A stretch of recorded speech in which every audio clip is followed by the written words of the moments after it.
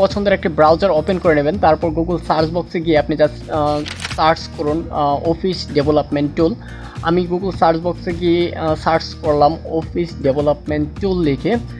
আমি যদি এখান থেকে সার্চ করে দিই তাহলে আমাকে প্রথমেই একটি সবার উপরে যে ওয়েবসাইটটি রয়েছে ডাউনলোড অফিস ডেভেলপমেন্ট টুল, ওয়েবসাইটটি পেয়ে যাব। এখান থেকে আমি জাস্ট যদি ক্লিক করে দিই সবার উপরে, সেক্ষেত্রে আমাকে ডাউনলোড লিঙ্কটি দেখাবে। তো আমি এখান থেকে ডেভেলপমেন্ট টুলটি আমি এখান থেকে ডাউনলোড করে নেব। আমি ডাউনলোডে ক্লিক করার সাথে সাথেই কিন্তু আমার অটোমেটিকলি ডেভেলপমেন্ট টুলটি ডাউনলোড হয়ে যাবে। এখান থেকে আমি ডাউনলোডে ক্লিক করলাম, আমার সাথে সাথে ডাউনলোড করা শুরু হয়ে গেল। তো আমি এখান থেকে উপরে দেখতে পাচ্ছি যে আমার এটি ডাউনলোড হয়েছে। তো আমি চলে যাব নেক্সটে। তো নেক্সটে যদি আবার আমি ব্যাকে যাই, তারপর ব্যাকে গিয়ে আবার এটা আমি ডিলিট করে দিলাম। এখান থেকে আবার আমি সার্চ করব অফিস কনফিগারেশন টুল। আপনারা জাস্ট এখান থেকে আবার পুনরায় সার্চ করুন অফিস কনফিগারেশন টুল। আপনারা এখান থেকে অফিস কনফিগারেশন টুলটি আবার সার্চ করে নেবেন। তো আমি অফিস কনফিগারেশন টুলটি এখান থেকে আমি সার্চ করে দিলাম। তো সার্চ করার সাথে সাথে অফিস কাস্টমাইজেশন টুলটি আমি উপরে যদি ক্লিক করি, তারপর আমাকে ওয়েবসাইটে নিয়ে যাবে। এখান থেকে আমি আপনার কম্পিউটার যদি 32 অথবা 64 বিট হয় সেটি আপনি সিলেক্ট নেবেন। আমার যেহেতু 64 বিট, আমি এখান থেকে 64 বিটটি সিলেক্ট করে নিলাম। তারপর পরে যাব অফিস সাইটে। অফিস সাইট থেকে আপনারা অফিস প্রফেশনাল 2019 ভলিউম লাইসেন্স এটি আমি সিলেক্ট করে নেব। এখান থেকে অফিস প্রফেশনাল প্লাস 2019 ভলিউম লাইসেন্সটি আমি এখান থেকে সিলেক্ট করে নিলাম। তারপরে আমি চলে যাব নেক্সটে। সব কিছু এখান থেকে ডিফল্ট রেখে দেব। তারপরে যদি আমি ল্যাঙ্গুয়েজে যাই, এখান থেকে আমি ল্যাঙ্গুয়েজটা সিলেক্ট করে নেব। ল্যাঙ্গুয়েজের ক্ষেত্রে ল্যাঙ্গুয়েজটা ইংরেজি, ইউনাইটেড স্টেট এখান থেকে সিলেক্ট করে দেব। সরি, এখান থেকে কিংডম হয়ে গেছে, ইউনাইটেড স্টেট হবে। আমি এখান থেকে ল্যাঙ্গুয়েজটা সিলেক্ট করে নিলাম। তারপরে চলে যাবে আমি ইনস্টলের চলে যাবে। সব কিছু এখান থেকে ডিফল্টে রেখে দেবো। তারপর আপডেটটা একটু চেক করে নেব। এখান থেকে সব কিছু ডিফল্টে থাকবে। তারপর এখান থেকে নেক্সট, সব কিছু আমি ডিফল্টে রেখে দেবো। তারপর এখান থেকে আবারও নেক্সট, তারপরে চলে যাব আবারও নেক্সট। তারপর সবার নিচে যদি আমি যাই তাহলে দেখবো আমার অলরেডি একটি ফিনিশড অপশন আছে। তো আমি সেই ফিনিশড অপশনে ক্লিক করে আমি ফিনিশড করে নেব। এখান থেকে আমি ফিনিশড করে নিলাম। এখন আমি এটাকে এক্সপোর্ট করব। এক্সপোর্টের জন্য আমি উপরে যে এক্সপোর্ট অপশনটি রয়েছে, তো আমি এখান থেকে এক্সপোর্টে যদি ক্লিক করি, এক্সপোর্টে ক্লিক করলাম। এক্সপোর্টে ক্লিক করে তারপর আমি কিপ কারেন্ট সেটিংয়ে আমি ক্লিক করে দেব। কিপ কারেন্ট সেটিং থেকে ক্লিক করে সাথে সাথে আমি ওকে করে দেব।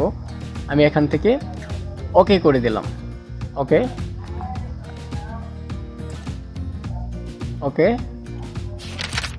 তারপরে আমি এখান থেকে অ্যাকসেপ্ট করে এক্সপোর্টে ক্লিক করে দেবো। এখান থেকে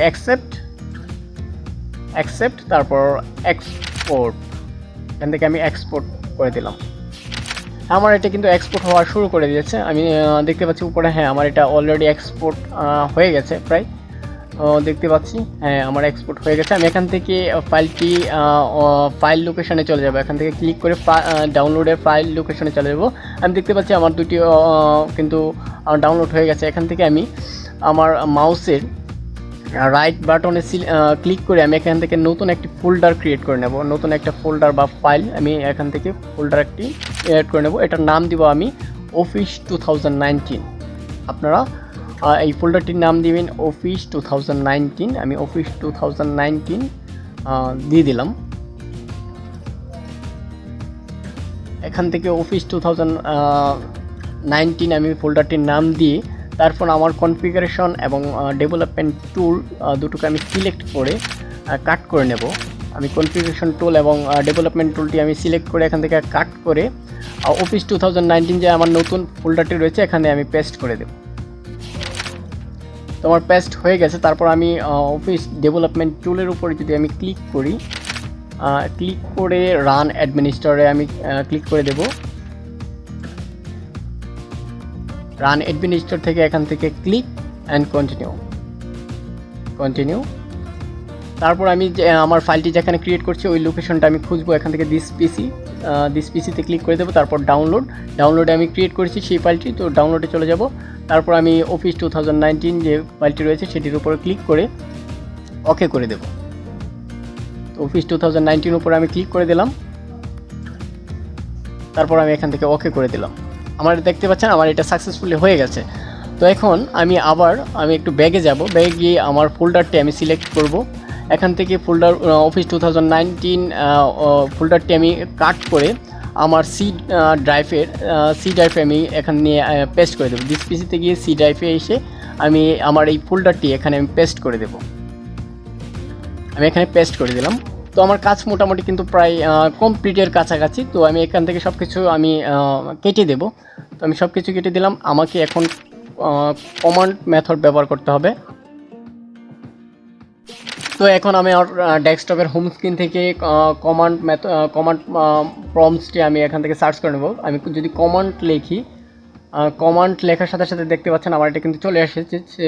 জাস্ট কমান্ড লিখলাম, কমান্ডের উপর আমি এখানে ক্লিক করে দেবো। এখানে কিছু কমান্ড আপনাদেরকে ব্যবহার করতে হবে। সেই কমান্ডগুলো কোথায় পাবেন আমি ডেসক্রিপশন বক্সে আমি দিয়ে দেবো। এখানে আমি লিখে রেখেছি কমেন্টগুলো, সেগুলো আমি জাস্ট এখান থেকে কপি করে এখানে পেস্ট করে দেবো। তো সেই কমান্ডগুলো আপনারা কিন্তু আমার ভিডিওর ডেসক্রিপশন বক্সে পেয়ে যাবেন। আমি ডেসক্রিপশন বক্সে কিন্তু কমান্ডগুলো দিয়ে রাখবো। আমি এখান থেকে এটিকে কপি করে এখানে পেস্ট করে দেবো। তো কপি করলাম এবং আমি পেস্ট করে দিলাম। তো আমি আবারও কপি করব এবং এন্টার দিয়ে আমি এন্টার দিয়ে দিলাম।